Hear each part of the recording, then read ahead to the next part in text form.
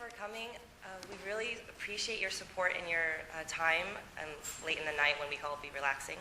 And I would like to begin my little story about the Center for Asian American Studies with the first time I told my brother and youngest sister about my major. And we were driving home from dinner, and I was telling them, about the major and what classes I'm learning, but then they mentioned about, the history isn't really there. And I mentioned to them how the administration wants to cut the program slowly, really quietly, kind of cut, some staff here, some faculty there, and eventually the major will disappear, and how that was kind of troublesome to me. And they kind of agreed, because the history isn't really here. That's what they said. And I felt personally attacked because it was a visceral reaction to a denial that we have a history here. Whatever Asian American means, from Chinese, Japanese, Korean, Hmong, Cambodian, Bangladeshi, this history isn't taught in our school. And my first lecture on the Vietnam War was last semester. That's 21 years of, figuring out things, living in a bicultural society, American and Vietnamese, but not knowing those words, just knowing, hey, I'm 10 years old, I'm 11 now, and then you go through school not realizing the value in your identity when it's not taught in the classroom. And that's why it's so important to realize for me that being Vietnamese American is special, because we came from Vietnam for what reason? Because we didn't agree with communism, and it was for democracy. That's American, right? Do I fit in here? Do I have to prove that my history matters in the classroom? And the Vietnamese history has always been like a side thing. It's always been like a little factoid. And it's never given from Vietnamese perspective and how valiantly they fought.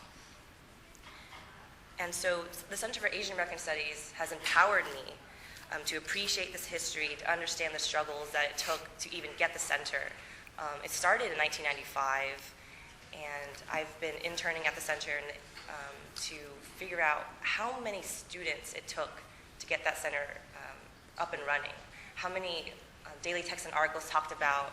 A proposal has been sent in, and then it has been, student government doesn't back it, back and forth, until finally in 2000, 5 years later, it was instituted.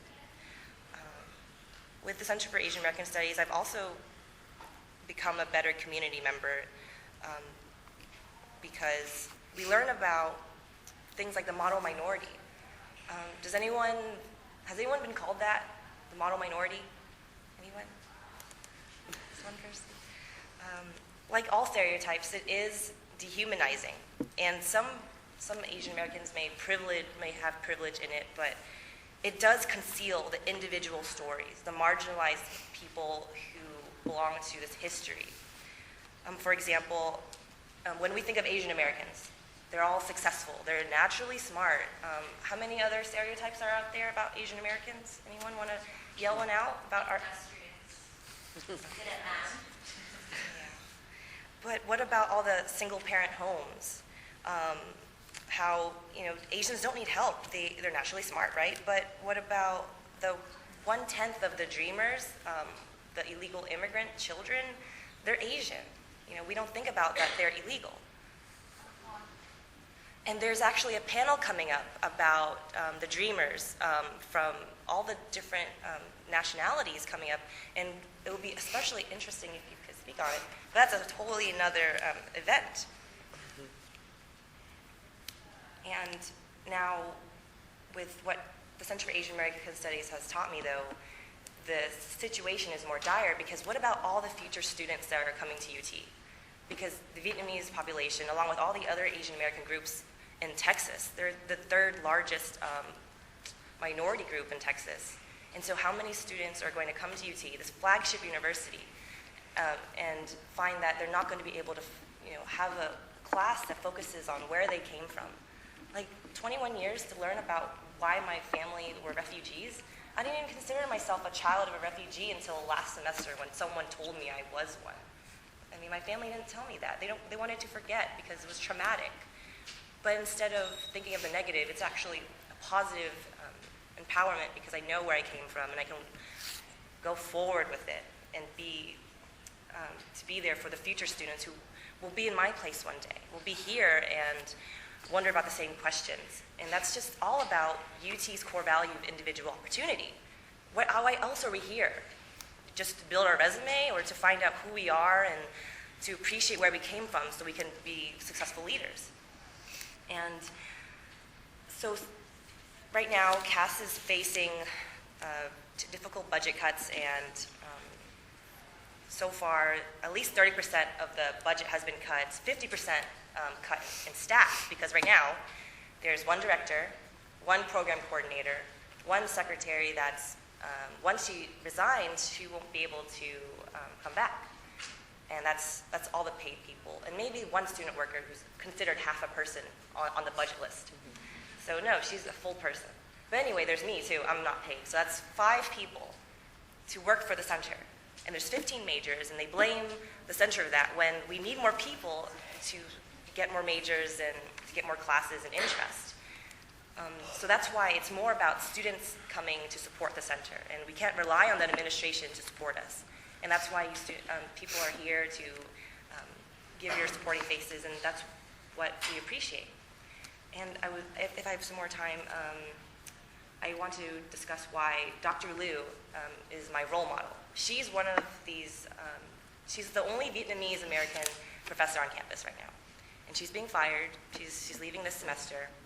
And what troubles me is she's the first Asian American, Vietnamese American refugee who's made it to, she's got her doctorate, she's published, she's a professor, she's an intellectual, she's in the field that I want to be in. I heard my mother was a political science major in Vietnam, and I have no chance to ask her because she passed away when I was young, and I have no one to ask her, why. But she could have gone higher to graduate school. She did get her master's in Florida, but who knows where she could have gone if she stayed in Vietnam, if the war didn't happen. So maybe the war prevented her from reaching that higher education because she was a political science major during the Vietnam War. That's 1975. That's a historic year for America. And so we can't separate Vietnamese American identity from America because it is American. It's part of our legacy. And so with Dr. Liu disappearing, not disappearing, but she's leaving, who do I look up to now when I see someone right in front of me with a book and I want to be published one day? And in my family, there are people who went to college, but there's no one in the academia. Is it worth it for me to go in when the administration shows that they don't value her work, when she has tons of letters pouring in, attesting to her foundational work in the field, because Asian American Studies is only 10 years old. But I'm also a classics major, which is a scholarly field that's been around for 1,000 years. Like literally it started in ancient Greece, and they were doing classics forever. And so there's this difference between this long established tradition versus this 10-year-old new academic discipline. And UT is a flagship university, and they're denying tenure to faculty of color like Dr. Liu and Dr. Julia Lee. And how are graduate students going to want to come here? Are we staying competitive if they cut the Center for Asian American Studies slowly but surely? We don't look good compared to the West Coast, and that looks bad for the university. And aside from Dr. Liu being my role model, it also shows that they don't seem to value her work. And if they don't value her, what about me? Do I matter to them? Does my history matter? The history of my family, the history of all the other millions of Vietnamese in Houston and Dallas and Texas, and the entire nation. And I think Texas, UT has a lot to prove. Did I speak? Awesome.